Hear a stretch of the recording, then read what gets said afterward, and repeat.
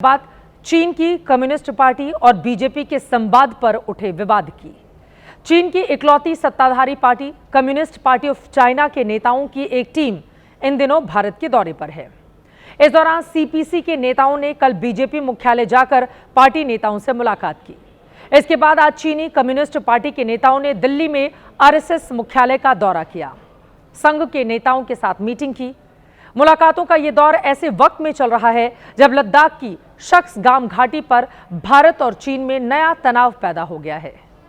हमारी शक्सगाम घाटी के अवैध कब्जे वाले इलाके पर चीन गैर कानूनी निर्माण कर रहा है, जिस पर भारतीय विदेश मंत्रालय और सेना ने कड़ा ऐतराज जताया है। ऐसे माहौल में चीन की कम्युनिस्ट पार्टी के नेताओं की दिल्ली में संघ और बीजेपी नेताओं से मुलाकात पर देश का सियासी पारा गर्म हो चुका है। कांग्रेस आग बबूला है। विपक्ष की ओर से सरकार और बीजेपी की नीयत पर सवाल उठाए जा रहे हैं। शक्सगाम घाटी पर तनाव की बात करें उससे पहले चीन की कम्युनिस्ट पार्टी और बीजेपी आरएसएस नेताओं की मुलाकात के अंदर की कहानी जरा आप जान लें। चीन की कम्युनिस्ट पार्टी के नेताओं ने दिल्ली के आरएसएस मुख्यालय में सर कार्यवाह दत्तात्रेय होसबोले से मुलाकात की। यह मुलाकात करीब 1 घंटे तक चली है। बताया जा रहा है बैठक की गुजारिश चीन की ओर से ही की गई थी।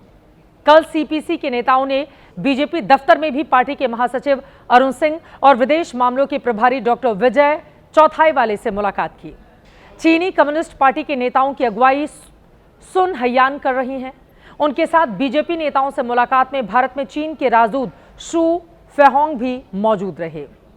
बीजेपी के मुताबिक इस मुलाकात में बीजेपी और सीपीसी के बीच आपसी संवाद बढ़ाने के तरीकों पर विस्तार से चर्चा की गई है, लेकिन इस मुलाकात पर कांग्रेस को गहरी आपत्ति है।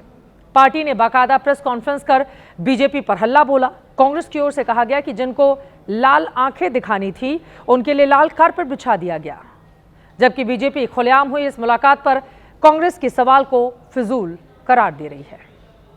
बीजेपी ने गिरगिट को भी एक रंग सिखा दिया।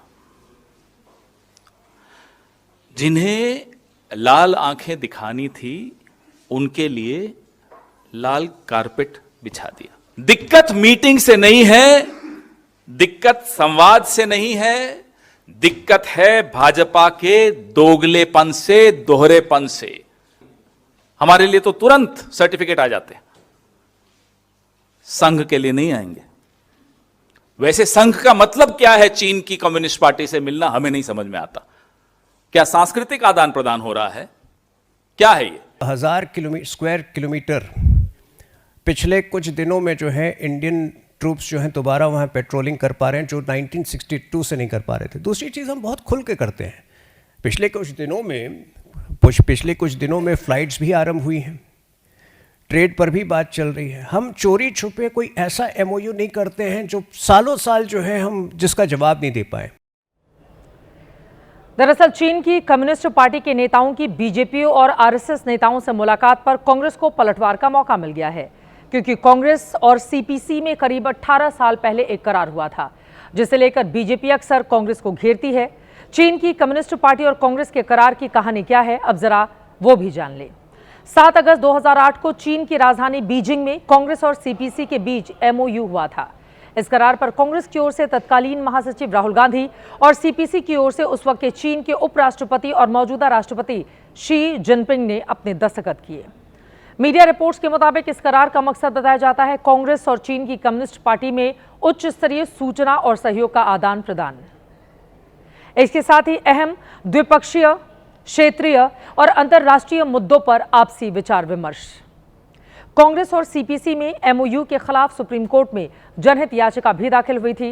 इस करार की एनआईए से जांच की मांग की गई थी, लेकिन सुप्रीम कोर्ट ने इस तरह की याचिका की सुनवाई के लिए हाईकोर्ट को सही मंच बताया था। सुप्रीम कोर्ट ने कांग्रेस और चीन की कम्युनिस्ट पार्टी में करार पर ताज्जुब भी जताया था। तो 2008 में बीजिंग में कांग्रेस और चीन की कम्युनिस्ट पार्टी में एमओयू हुआ, जबकि 2026 में दिल्ली में चीन की कम्युनिस्ट पार्टी के नेताओं ने बीजेपी नेताओं से मुलाकात की। इसमें बीजेपी और सीपीसी में आपसी संवाद बढ़ाने पर बात हुई। 2008 में भारत में कांग्रेस की अगुवाई में यूपीए सरकार थी। आज बीजेपी के नेतृत्व में एनडीए सत्ता में है। तब कांग्रेस पर बीजेपी ने सवाल उठाए थे। अब कांग्रेस भी भारतीय जनता पार्टी को घेर रही है। अब बात शख्सगाम विवाद की कर लेते हैं, जिस पर पिछले 5 दिन से भारत और चीन में जुबानी तनातनी जारी है। सबसे पहले हमारे सेनाध्यक्ष जनरल उपेंद्र द्विवेदी का शख्सगाम पर चीन को 2 टूक पैगाम सुने, फिर इस विवाद का पूरा किस्सा आपके सामने रखेंगे। India considers 1963 agreement between Pakistan China as illegal. Therefore, any activity in Shaksgam Valley is concerned, we do not approve of it, and in this terms, MEA has already issued the statement. Therefore, the joint statement which has been issued in China, what I understand about the CPEC 2.0, we do not accept it, and we consider that it is an illegal action which is being carried out by the two nations. सेनाध्यक्ष से पहले भारतीय विदेश मंत्रालय भी चीन और दुनिया को शख्सगाम घाटी का सच बता चुका है। बावजूद इसके विस्तारवादी चीन इसे झुठलाने में जुटा हुआ है। शख्सगाम घाटी लद्दाख के सुदूर उत्तरी क्षेत्र में काराकोरम रेंज से भी उत्तर की ओर बहुत ऊंचाई पर स्थित घाटी है। अभी इस इलाके पर चीन का अवैध कब्जा है, जबकि सच यह है कि शख्सगाम भारत के अभिन्न अंग लद्दाख का हिस्सा है। 1947-48 में पाकिस्तान ने इस इलाके पर अवैध कब्जा कर लिया था और फिर 5180 वर्ग किलोमीटर के इस इलाके को 1963 में सीमा समझौते के नाम पर चीन के हवाले कर दिया गया। लेकिन चीन पाकिस्तान का यह समझौता पूरी तरह से गैर कानूनी है, क्योंकि शख्सगाम समेत पाकिस्तान के कब्जे वाला कश्मीर और चीन के अवैध कब्जे वाला अक्साई चिन भी हमारा है। शख्सगाम में चीन हर मौसम में इस्तेमाल होने लायक सड़क बना रहा है।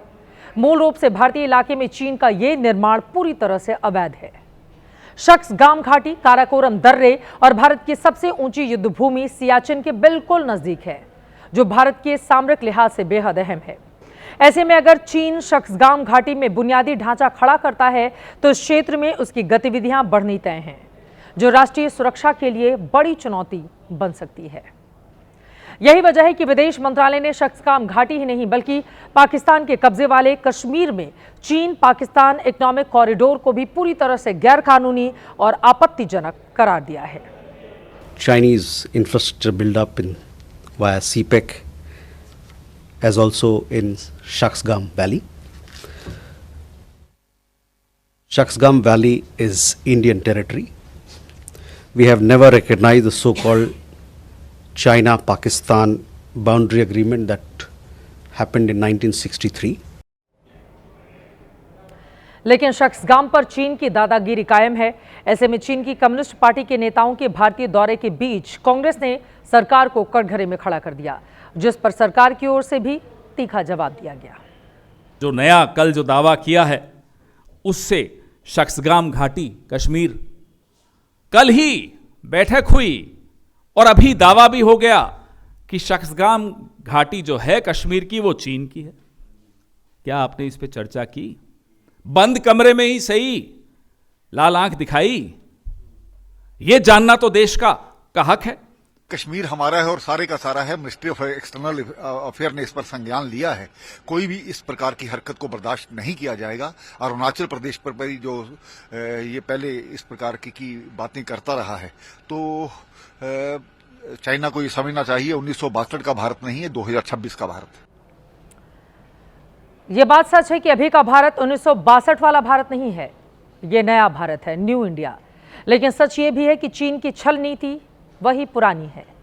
ऐसे में सवाल यह है कि भारत की मौजूदा चीन नीति क्या है। इस पर विदेश मामलों की जानकार रविंदर सचदेव की बातों को आपको गौर से जरूर सुनना चाहिए। चाइना इस समय हमारा भारी भरकम ट्रेड पार्टनर है। हमें अपनी जीडीपी अगर बढ़ानी है 7, 8, 9%, तो हमें चाइना के इंजीनियरिंग गुड्स चाहिए। टूरिस्ट को पिछले 5 साल से वीजा नहीं दे रहे थे, अब हमने ओपन कर दिया है। हमने डायरेक्ट फ्लाइट्स ओपन कर दी है।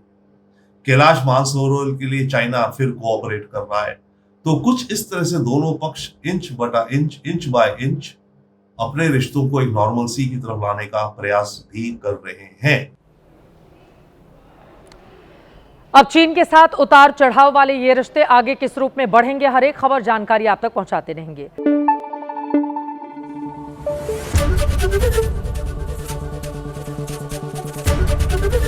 एबीपी न्यूज आपको रखे आगे।